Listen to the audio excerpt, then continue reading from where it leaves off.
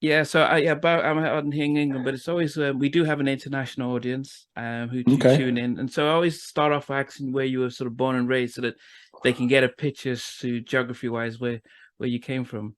I was born in Indianapolis, Indiana. Okay, okay, Yeah, and a few famous people there. Me and Face, we were born there together, grew up together. David Letterman's from there. Mike Epps is from there. Vivica Fox.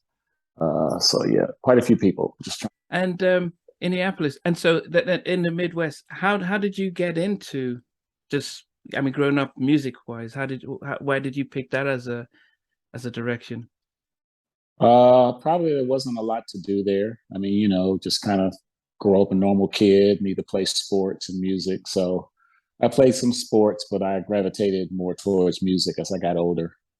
So that was pretty much it. Basic Midwestern town, you know. So yeah, that was it.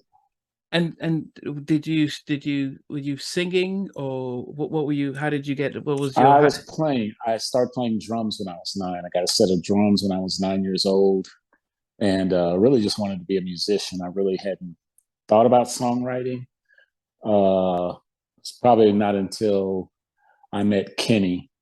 I met Kenny when I was 15. He was 14, and he was writing songs. And I had always thought about writing songs. When I met him, he was a lot further along, and we just kind of gravitated towards each other and, formed bands and wrote songs. And that was pretty much kind of how we started, you know. now yeah I mean so for us who are here in England around the world we're wondering at 14 15 do you think about okay I'm going to go to school maybe get a job and is or does it for you was it music is it nothing else mattered? Ironically, music was it. I mean, it was Wow. probably a crazy thought to have. I mean, but I always thought that for some reason I could do something in music because I was so passionate about it. And even when I got to high school, my friends were like, "Well, what are you going to do after high school?" I said, "I'm going to play music." They go, "Oh, you're crazy. You better go to college, get a job." And I Yeah. go, "No, I'm going to play music." But I really didn't know really what that meant. You know what I mean? I didn't know about royalties and writing songs and getting paid as a producer. It Yeah. was just something that Kenny and I had this dream as kids that we thought we could make it in music for some strange reason.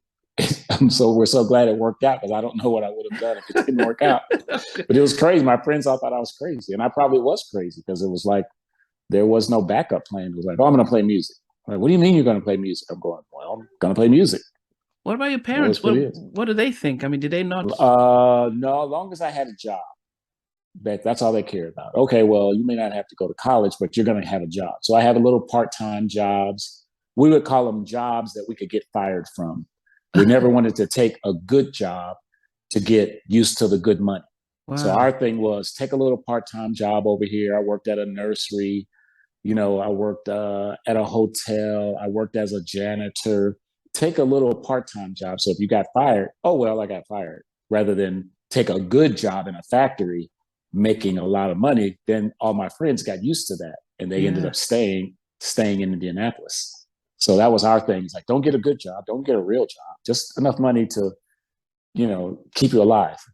Where you did know, where did that come from? Because it takes a great deal of faith to make that leap. On because most people who do that, they've seen somebody in their community make it through, and it's like, yeah, if he can do it, I can do it. I don't know. I think it was just seeing bands come through the city, like seeing the Jackson Five come in concert.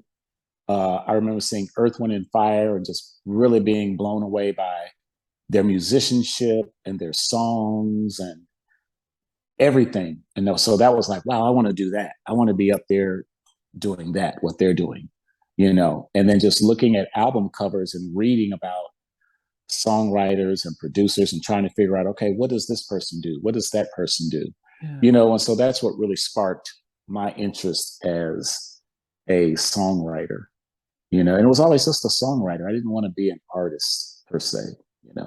Because you grew up in the era where I would take you where there were the bands, whether it's the Function Yes. or Oh yeah, we grew up. Well, we didn't have bands that were famous bands, but there were local bands that were really okay. good. So all through the neighborhood, you could go through a neighborhood, you could go, oh, somebody's playing, and you'd run, and they'd be outside in the garage playing.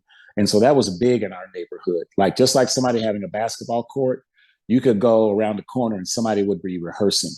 There would be Wow. so many bands. So we were influenced by a lot of other bands in the area, you know. So that was really what sparked. And Kenny and I had bands growing up. You know, we formed a band and formed another band, and you know, it just grew from there. You know, kept forming bands, but always writing songs while we had those bands. For some reason, like, oh, let's write some songs, let's make up songs. And Kenny was big in pushing the songwriting, you know, and so And so, he drove that more than anything.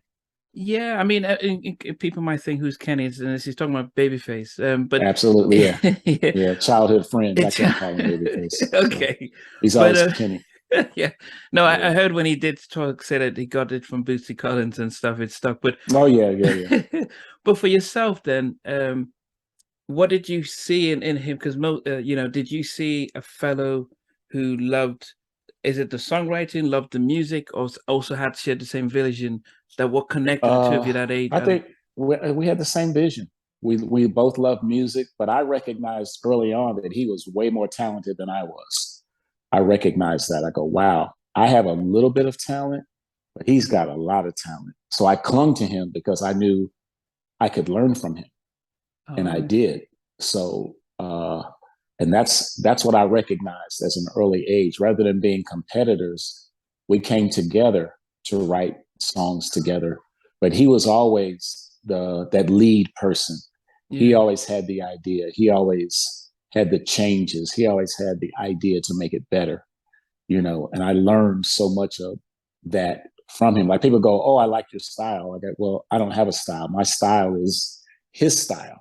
so You I know. think the question is, and what you're saying is really fascinating. At 14, 15, you see somebody who has gifts, and a lot of people tend to be competitive, as you said, but you know, to be humble enough to say, wow, this guy's got something I could learn from him, instead of Yeah. trying to, you know, almost trying to but what was different? No. Was he a good writer? But what about the musicianship? Because was he as good as? He was a good writer, and he was a very humble person. So he wasn't selfish. He would always invite me to write, and so therefore I would learn when we would write together. Of course, he would write by himself, but we both practiced on our instruments. He wanted to be good on guitar. I wanted to be good on drums. Oh, So we did, and that was big in our town. Everybody was good on their instrument. So we both practiced on our instruments as well. We wanted to have musicianship as well as being able to write good yeah, songs as well, because we thought the two, that's how it really worked. Like Maurice White was a great musician yeah, from and he was a great okay, songwriter. You yeah, know what I mean? So you watch it. Stevie Wonder was a great songwriter, but he was a great keyboardist. yeah, You know, so we felt like that went together. That you had to be good on your instrument to write good songs. And so yeah. that was just kind of our own little thing that we adopted by looking at other people, you know, wanting to be like them, you Wow. know. And then, So did you was anyone nationally, where as you guys were getting closer and getting older, that you were like looking at? no, no, that didn't. I mean, our town, Indianapolis, there was nobody there. There was no outlet. Only playing in the clubs. We got older after we graduated and started playing in clubs 6 nights a week, just grinding 10 p.m. to 3 a.m., you know, Wow, 3 or 4 sets a night. Nobody in the crowd on Monday, Tuesday, Wednesday, wow, you know. But we learned how to play. We learned how to play our instruments. We learned how to have a rapport with a crowd. And it was probably, that was the learning ground of being able to, or having to play in front of like 2 people or mm, 5 people, but still have to play, yeah, you know. So it was a discipline. And I wouldn't change that for anything, because now kids don't play instruments. yeah, Everything is so yeah, tech savvy. Everybody's a producer. yeah, You know, yeah, I'm a producer. He's a producer. Got a producer in his bedroom, where we learned how to write. We learned how to produce. We learned how to make records. I mean, all these records you see behind me, there's no auto tune. Think about that. No auto tune. Didn't exist. We worked at it, you know. And so yeah. we developed our ear to making things sound as good as we could make them sound. Hey everyone, I want to thank you for being part of Halftime Chats. This new update is really about our membership, and I'm really excited to be able to fully launch the membership page. There will be things like full interviews from day one. As soon as the interview drops, you get access to it without any ads on it. There'll be some exclusive member-only videos that will just be some behind-the-scenes stuff and some other things that we will never be broadcast. For some members, you can be able to get actually 2 interviews because I do have a backlog of almost 7 or 8 interviews that I don't even know when I'm going to be able to broadcast them. So you're able to get at least some of those up front, and some just behind the scenes stuff, because there's a lot of stuff that goes behind the scenes that I have never been able to talk about or release. For anyone else, you know what, the videos will still be the same over a week or a week and a half or 2 weeks, depending on how long it is. So everything stays the same. The polls stay the same. The community chats, the community stuff stays the same. But I think with the membership stuff, I'm able to add a little bit more and invest a lot more time and energy in really supporting the members. So I do hope you come on that ride with me. I appreciate the support, and this will just help me continue to invest in taking things to the next level. Take care.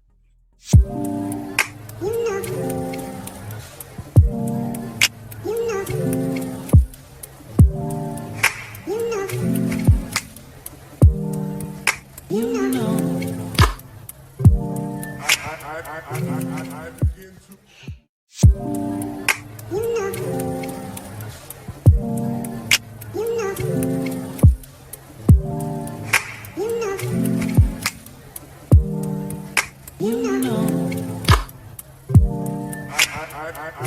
I begin to.